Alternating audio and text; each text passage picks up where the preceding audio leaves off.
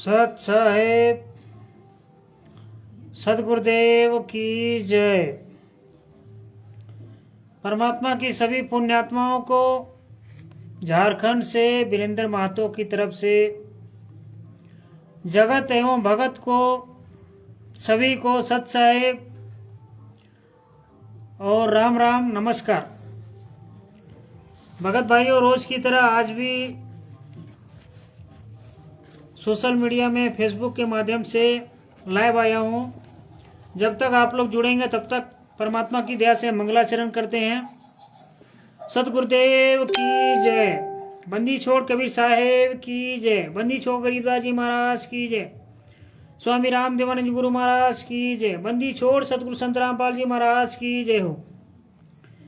गरीब नमो नमो सतपुरा सुको नमस्कार गुरु की नहीं।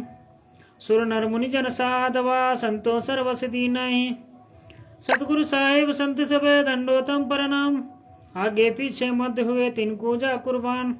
नराकार निर्विषम काल जाल भय भंजनम निर्लेपम निज निर्गुणम अकल अनुभे सुंदरम। सोहम सुरति समाप्तम सकल समान नीरतलय। उज्ज्वल हिरंबर हरदमम बेपरवाह था है वार पार नहीं मध्यतम। गरीब जो सुमर सिद्ध होई गणनायक गलताना। करो नो ग्रह सोई पारस पद परवाना। आदि गणेश मनाओ गणनायक देवन देवा। चरण कमल ले लाओ आदि अंत करु सेवा। परम शक्ति संगीतम रिद्धि सिद्धि दाता सोई। अविगत गुणातीतम सतपुरुष निर्मोही। जगदम्बा जगदीशम मंगल रूप मुरारी। तन मन अर्पु शीशम भक्ति मुक्ति भंडारी। सुर नर मुनि जन ध्यावे ब्रह्मा विष्णु महेशा। शेष सहस मुख गावे पूजा आदि गणेशा। इंद्र कुबेर सरीखा वरुण धर्म राधावे। समर्थ जीवन जी का मन इच्छा पल पावे। 33 कोटि अधारा ध्यावे से 88। उतरे भव जल पारा कटी है यम की फांसी। 33 कोटि अधारा ध्यावे से 88। उतरे भव जल पारा कटी है यम की फांसी। सत साहेब बंदी छोड़ सतगुरु संत रामपाल जी महाराज की जय हो। जितने भी भगत भाई बहन या जगत के जो भी आप लोग सोशल मीडिया में जुड़े हैं, सभी को सत साहेब, सभी को राम राम नमस्कार। भगत भाइयों, ये पुस्तक है ज्ञान अमृत एवं षड्यंत्र का विष पुस्तक। इस पुस्तक में संत रामपाल जी महाराज के सभी केसों का जजमेंट दिया गया है। इसमें छोड़ाई धाम से लेकर बरवाला कांड तक का पूरा काला चिट्ठा दिया गया है। किस तरह से राष्ट्रीय समाज सेवा समिति के गुंडों ने 1994 से लेकर 2014 तक का जो भी संत रामपाल जी महाराज के खिलाफ ये लोगों ने षड्यंत्र किया, किस तरह से मैनेजमेंट को अपने कब्जे में लिया, किस तरह से भक्तों को अपने कब्जे में लिया, वो सभी 51 गुंडों का जो राष्ट्रीय समाज सेवा समिति के 51 गुंडे हैं, पदाधिकारी जो बने हैं, वो सभी का इसमें काला चिट्ठा दिया गया है। इसमें कोर्ट में जबकि 5 महिला एक बच्चे की हत्या संत रामपाल जी महाराज ने नहीं किया, लेकिन संत रामपाल जी महाराज के खिलाफ किसने कोर्ट में क्या गवाही दी, क्या बयान दिए, वो सभी इस पुस्तक में दिए गए हैं। और उसके बावजूद भी संत रामपाल जी महाराज के नाम से अभी 11 बड़े बड़े आश्रम, 550 से भी अधिक नाम दीक्षा केंद्र खुल चुके हैं। जब एक संत को 5 महिला एक बच्चे की हत्या के जुर्म में, यानी उनको आरोप लगाया गया और सजा उम्र कैद का सजा कोर्ट के द्वारा दिया गया, उसके बावजूद भी देखिए संत रामपाल जी महाराज के नाम से जगह जगह आश्रम और नाम दीक्षा केंद्र चलाए जा रहे हैं, वो भी फर्जी, इनलीगल तरीके से, कानूनी तरीके से नहीं चला रहे हैं। तो भगत भाइयों, ये आप धोखे में ना रहें कि ये जो मैनेजमेंट है, ये जो नाम दीक्षा केंद्र है, सब संत रामपाल जी महाराज के आदेश से चल रहे हैं। ये सिर्फ आपको लूटने के लिए, किस तरह से आपको संत रामपाल जी महाराज के नाम से लूटा जाए, किस तरह से आपके 10वें अंश का पैसा ठगा जाए, ज्योत सेवा, पाठ सेवा, खून दान, अन्न दान जो भी है, किस तरह से आपसे ठगा जाए संत रामपाल जी महाराज के नाम से, इसीलिए ये लोग जगह जगह पर दुकान खोल के बैठे हैं। ये लोग संत रामपाल जी महाराज को ये लोगों ने 11 सालों से एक दिन का भी पैरों नहीं लेने दिया, और उसके बावजूद भी संत रामपाल जी महाराज के ऊपर देशद्रोह का भी केस लगा हुआ है और केस चल रहा है। उसके बावजूद भी देखिए खुलेआम संत रामपाल जी महाराज के नाम से पूरे देश में, पूरे दुनिया में फर्जीवाड़े यानी फर्जी तरीके से आश्रमों को, नाम दीक्षा केंद्रों को चलाया जा रहा है। ये चलाने के पीछे बड़े बड़े राजनीतिक पार्टियों का हाथ है, बड़े बड़े नेताओं का, मंत्रियों का, बड़े बड़े विधायकों का, वकीलों का, जजों का, सबका सहयोग है। इसीलिए भारत के हर एक जनता को, हर एक पब्लिक को जागना चाहिए। किस तरह से भारत देश में कानून का राज होते हुए भी जिस संत को उम्र कैद का सजा हो गया हो और देशद्रोह का भी धारा लगा हो, उसके बावजूद भी वो संत के नाम से ये लूटने के लिए नेता लोग, मंत्री लोग, सब लोग ये राष्ट्रीय समाज सेवा समिति के गुंडों का सहयोग कर रहे हैं, साथ दे रहे हैं। इसीलिए हर एक भारत के नागरिक को जागना चाहिए, जागरूक बनना चाहिए।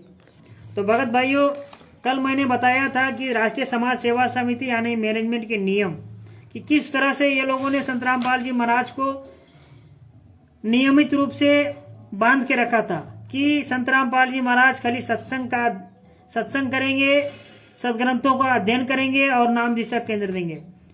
और उसमें से ये राष्ट्रीय समाज सेवा समिति के गुंडे, जब 2006 का करौथा कांड हुआ था, उसमें जब संत रामपाल जी महाराज 2008 में जब जेल से बाहर आए थे, उस समय भी ये लोगों ने 2008 से ही नाम दीक्षा भी संत रामपाल जी महाराज को ये लोगों ने नहीं देने दिया। 2008 से ही ये राष्ट्रीय समाज सेवा समिति के गुंडों ने, सतलोक आश्रम संचालक गुंडों ने और ये नामदान संचालक, स्टेट कोऑर्डिनेटर, सब ये गुंडों ने मिलकर षड्यंत्र के तहत नाम दीक्षा केंद्र संत रामपाल जी महाराज को फंसाकर और जगह जगह ये नाम दीक्षा केंद्र दुकान खोले हैं। और 2008 से ही डीवीडी द्वारा नाम दीक्षा देने का चालू हो गया था। और जब संत रामपाल जी महाराज को 2018 के बाद यानी कि उम्र कैद का सजा जब सुनाया गया, उसके बाद ये लोगों ने 550 से भी अधिक नाम दीक्षा केंद्र का दुकान खोल दिए लोग। तो भगत भाइयों, आज मैं बताने वाला हूँ ज्ञान अमृत एवं षड्यंत्र कवि इस पुस्तक में। इस पुस्तक को मंगवाने के लिए आप मुझसे फ़ोन कर सकते हैं। मेरा मोबाइल नंबर है 9699470815। मेरा नाम वीरेंद्र महतो है। मैं झारखंड के गिरिडीह जिले से रहने वाला हूँ। और ये पुस्तक को लिखने वाले बिहार के सीनियर एडवोकेट शशि भूषण जी के द्वारा ये पुस्तक को लिखा गया। ये पुस्तक कोई ज्ञान का पुस्तक नहीं है। इसमें संत रामपाल जी महाराज को किसने फंसाया, किसने उम्र कैद का सजा करवाया, वो कोर्ट का जो जजमेंट आया है, जो संत रामपाल जी महाराज के खिलाफ किसने कोर्ट में क्या गवाही दी, क्या बयान दिए, वही गुंडों का पूरा काला चिट्ठा दिया गया है। इसीलिए ये पुस्तक को ये मैनेजमेंट वाले, सतलोक आश्रम संचालक के गुंडे, नामदार संचालक के गुंडे, स्टेट कोऑर्डिनेटर वाले गुंडे, ये भक्तों को, भोली भाली भक्तों को पढ़ने से मना करते हैं। इसलिए पढ़ने के लिए मना करते हैं कि ताकि भक्तों को सच्चाई का पता ना चल सके। और ये जो तरह तरह के जो नाटक करके बोलते हैं कि गुरुजी का ऑडियो आ रहा है, गुरुजी को वीडियो कॉलिंग आ रहा है, गुरुजी जेल से सत्संग कर रहे हैं, हर चीज गुरुजी का मतलब जेल से आ रहा है। भ्रमित करने के लिए नए नए टेक्नोलॉजी का माध्यम से ये लोग भक्तों को गुमराह करने के लिए तरह तरह के ड्रामे करते हैं। इसीलिए और ये पुस्तक को पढ़ने के लिए मना करते हैं, डराते हैं, धमकाते हैं, कहते हैं नाम खंड हो जाएगा, आप गुरुद्रोही हो जाओगे। लेकिन यही गुंडों ने, यही सतलोक आश्रम संचालक गुंडों ने, राष्ट्रीय समाज सेवा समिति के गुंडों ने और ये स्टेट कोऑर्डिनेटर के गुंडों ने, यही लोगों ने मिलकर बरवाला कांड करवाया। और अभी यही गुंडों ने संत रामपाल जी महाराज के खिलाफ अलग से फर्जी तरीके से गुरुजी के ज्ञान को प्रचार करके भक्तों को अपने गुरुजी का फर्जी आदेश बताकर, निर्देश बताकर लूटने के लिए ये लोग तरह तरह के नौटंकी कर रहे हैं। तो भगत भाइयों, आज मैं बताने वाला हूँ 90 नंबर पेज है ज्ञानामृत एवं षड्यंत्र कवि इस पुस्तक में 2010 ईस्वी से लेकर 2013 ईस्वी तक राष्ट्रीय समाज सेवा समिति मैनेजमेंट के द्वारा अपने संगठन का मजबूती हासिल कर लेना। यानी कि जब ये राष्ट्रीय समाज सेवा समिति के गुंडे मानसरोवर पार्क में 2010 में जब बैठक किए थे, ये लोगों ने राष्ट्रीय समाज सेवा समिति का जो गठन किया था, कमेटी बनाया था ये लोगों ने, उसमें से 2010 से 2013 तक यानी 3 साल के अंदर ये लोगों ने मजबूती हासिल कर लिया। 3 साल ये लोगों को लगा मजबूती होने में, मजबूती करने में। दिनांक 14/8/2010 में रोहतक में राष्ट्रीय समाज सेवा समिति का गठन करने एवं उसका पदाधिकारियों का चयन होने के बाद अपने संगठन को मजबूती प्रदान करने के क्षेत्र में राष्ट्रीय समाज सेवा समिति अर्थात मैनेजमेंट के पदाधिकारीगण अपने अपने स्थानीय क्षेत्र में कार्य करने लगे। अनुयायियों के बीच यह कहकर कि इस समिति का गठन गुरु जी के आदेश एवं निर्देश के अनुसार हुई है। भक्तों के बीच ये लोग क्या परोसते थे, ये जो राष्ट्रीय समाज सेवा समिति जो मानसरोवर पार्क में ये लोग बनाया था, गठन किया था, उसमें ये लोग भक्तों को क्या बोलते थे कि गुरुजी के निगरानी में, गुरुजी के आदेश से ये राष्ट्रीय समाज सेवा समिति का गठन किया गया है। इतना झूठ बोल दिया ये भक्तों को अपने पीछे लगाने के लिए। इसीलिए सभी अनुयायी यानी कि संत रामपाल जी महाराज का ये लोगों ने नाम ले लिया कि गुरु जी का आदेश से ही ये राष्ट्रीय समाज सेवा समिति का गठन किया जा रहा है। इसीलिए सब भगत मतलब स्वीकार कर लिए, मान लिए, क्योंकि ये लोग अपने तरीके से भक्तों के द्वारा काम नहीं करवा सकते। अपने साथ भक्तों को ये लोग नहीं मतलब पीछे लगा सकते, गुरु जी का नाम लेकर ही लगा सकते हैं लोग। इसीलिए गुरु जी का नाम लिए कि गुरु जी का आदेश है, राष्ट्रीय समाज सेवा समिति गुरु जी ने ही गठन करने के लिए कहे हैं, बनाने के लिए बोले हैं। इसीलिए सभी अनुयायियों को इस समिति का सदस्य बनकर गुरु जी के सपनों को साकार करने में सहयोग करना चाहिए। समिति के पदाधिकारियों द्वारा अपने अपने स्थानीय क्षेत्रों में गुरु जी का आदेश निर्देश बताकर अपने अधीन करने लगे और भोली भाली पुण्यात्माएं इनके नियति से बेखबर अपने सदगुरुदेव जी का आदेश निर्देश मानकर खुले हृदय से समिति की मजबूती एवं अपना सहयोग देने लगे।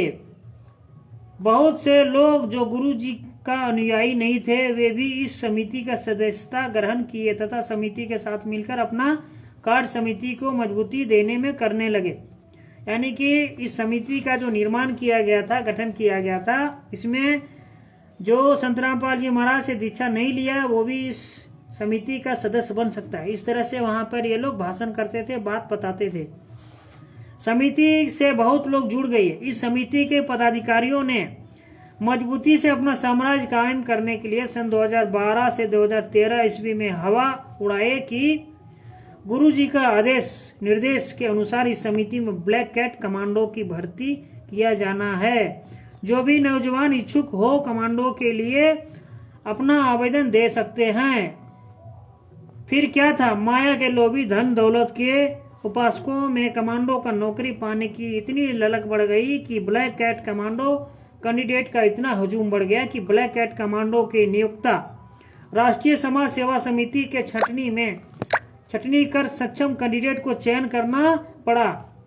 यानी कि ये लोगों ने क्या भक्तों के बीच बात रखा कि गुरु जी का आदेश है, राष्ट्रीय समाज सेवा समिति का गठन किया जा रहा है और इस समिति के गठन में इसमें आप गुरु जी का आदेश है कि काले कमांडो बनाए जाए, सुरक्षा के लिए काले कमांडो बनाए जाए। इसीलिए इतने भगत तैयार हो गए मतलब काले कमांडो बनने के लिए, वहां पे छांटना पड़ा, सबको छांटना पड़ा। इतना मतलब भीड़ हो गया था। ये भगत लोग इतना मतलब इकट्ठा हो गए काले कमांडो बनने के लिए। ये राष्ट्रीय समाज सेवा समिति का गुंडों को वहां पर सभी भक्तों को छांटना पड़ गया।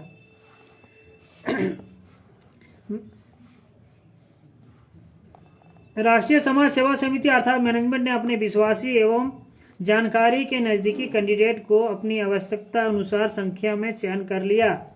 यानी कि जिसको जान पहचान ये लोग जानते थे, गुंडे राष्ट्रीय समाज सेवा समिति मैनेजमेंट के गुंडे जिसको जानते पहचानते थे, उसी को ये लोगों ने चुना और उसी को बरवाला कांड में जो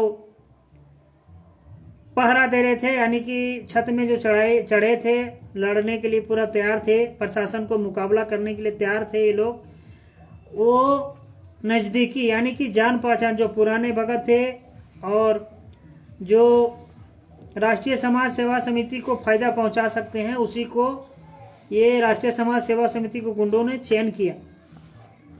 चयनित सभी ब्लैक कैट कमांडो के संबंध में वर्णन करना अन्यास ही समय का जाया होगा, इसलिए मुख्य रूप से उन चयनित काले कमांडो के बारे में इतना बताना चाहूंगा कि जो राष्ट्रीय समाज सेवा समिति मैनेजमेंट के विशेष क्लोज में थे, नजदीक थे, विश्वासी थे, जो राष्ट्रीय समाज सेवा समिति के फायदे में इनके अधीन कार्य करते थे। ऐसे चयनित उम्मीदवारों में से पवन कुमार यादव जयपुर वाले, संजय राय जो अब सुकृत पंथ का संचालक एवं अपने को तत्वदर्शी संत घोषित करने वाला संजय दिल्ली वाला, चांद राठी जो अब गुरु जी का वकील के रूप में जो दिल्ली का रहने वाला है, इत्यादि का नाम प्रमुख है। ये दोनों मेन थे, पवन ठग और संजय ठग। ये दोनों कमांडो 60 कमांडो जो तैयार किए थे, वो 60 कमांडो के ये दोनों सरदार थे।